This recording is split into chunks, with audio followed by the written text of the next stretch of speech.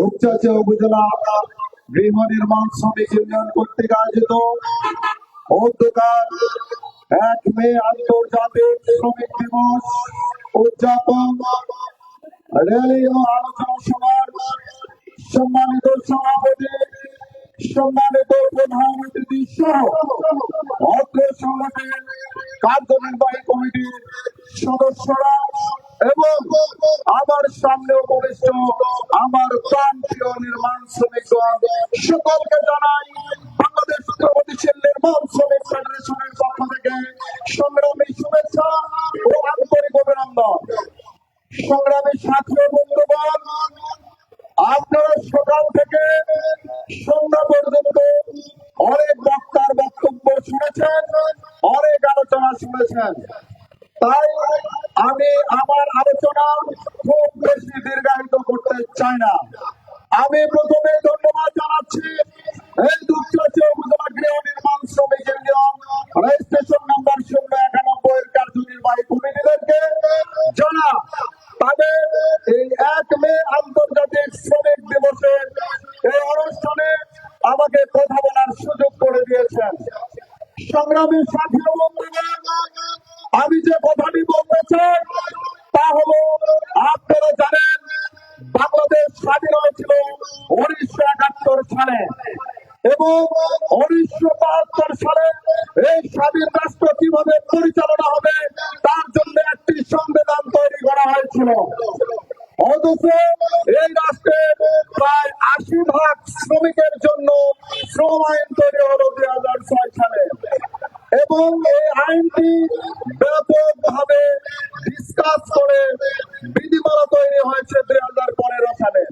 সর্বশেষ 2018 সালে বাংলাদেশের শ্রম আইনে অনেকগুলো গেজেট পাস হয়, যার মধ্যে বাংলাদেশে মোট 44টি সেক্টরে শ্রমিকদেরকে ভাগ করা হয় এবং কোন সেক্টরে, কোন উপজেলায়, কোন সিটি কর্পোরেশনে, কোনটি জেলায় রেজিস্ট্রেশন গ্রহণ করা যাবে এই গেজেটটি বের হয় 2018 সালের 9 জুলাই।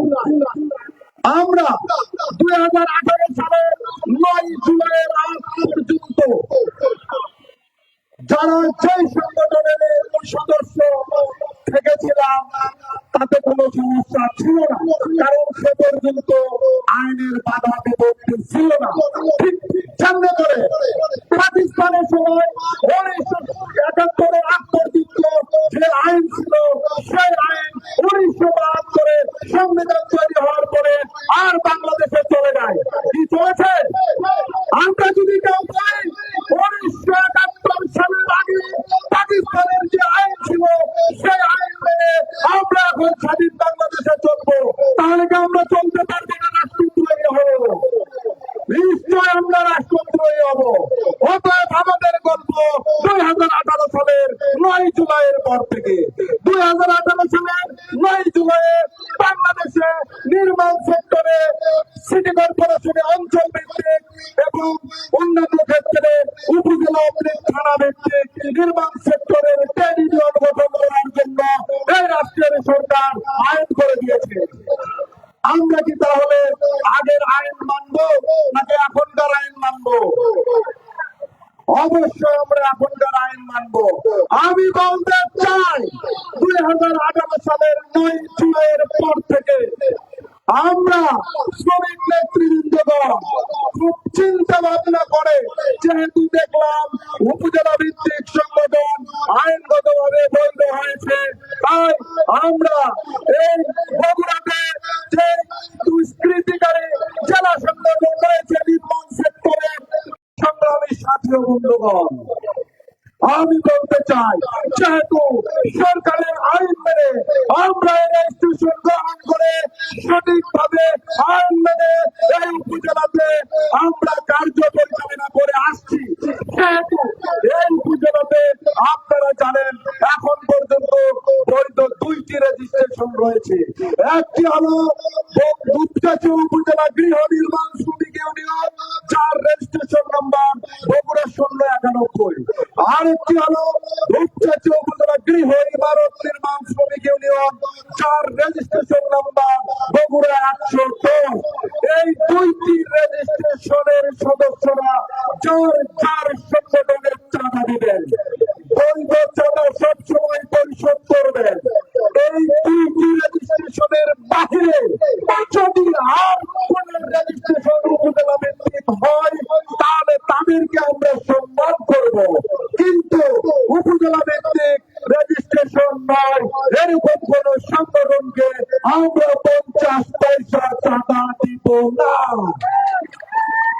সংগ্রামের সাথে বন্ধুগণ, আমি শেষ কথা বলতে চাই, আমরা যখন জেলা সংগঠনের বিরুদ্ধে শ্রম দপ্তরে অভিযোগ করেছিলাম, তারা এই গেজেট দিয়েছিলাম, এই গেজেটের প্রেক্ষিতে তারা উত্তর দিয়েছিল আমরা প্রকৃত নির্মাণ শ্রমিক নই, আমরা কন্ট্রাক্টরের আন্ডারে নিয়োগকৃত শ্রমিক নয়।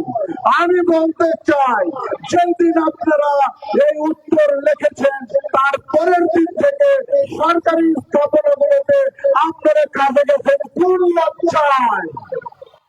কারণ সরকারি স্থাপনাগুলো তৈরি হয় কন্ট্রাক্টরদের মাধ্যমে। দ্বিতীয় লাইনে তারা লিখলেন আমরা চুল কাটা, মাটি কাটা, ধান কাটা, ডেকোরেটর ও আমরা নির্মাণ শ্রমিক একই সূত্রে গাথা। আমি তাদেরকে বলতে চাই, আপনারা ধান কাটবেন, কাটেন, আমার আপত্তি নাই, কিন্তু আপনারা কৃষি শ্রমিক ইউনিয়নের রেজিস্ট্রেশন গ্রহণ করেন।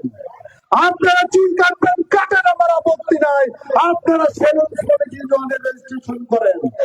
দয়া করে নির্মাণ সেক্টরের পরিচয় পত্র বহন করে এই কাজের কথাগুলো বলে নির্মাণ সেক্টরকে আপনারা অপমানিত করবেন না। আমরা নির্মাণ সেক্টরের শ্রমিকগণ অপমানিত করতে দিব না।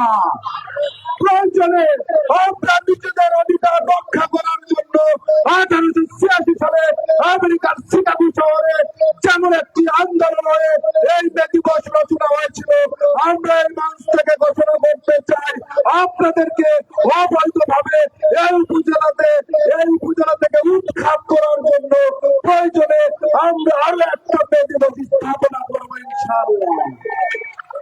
সংগ্রামের সাথী ও বন্ধুগণ, আমি আর বেশি কথা না বাড়িয়ে আপনাদের এই সারাদিন কষ্ট করে এই অনুষ্ঠান উপভোগ করার জন্য ধন্যবাদ জানিয়ে আপনাদের সকলের সুস্বাস্থ্য দীর্ঘায়ু কামনা করে আমার নিজের জন্য দোয়া চেয়ে নিয়ে আমার কথা বলে এখানে শেষ করছি। আসসালামু আলাইকুম, আল্লাহ হাফেজ।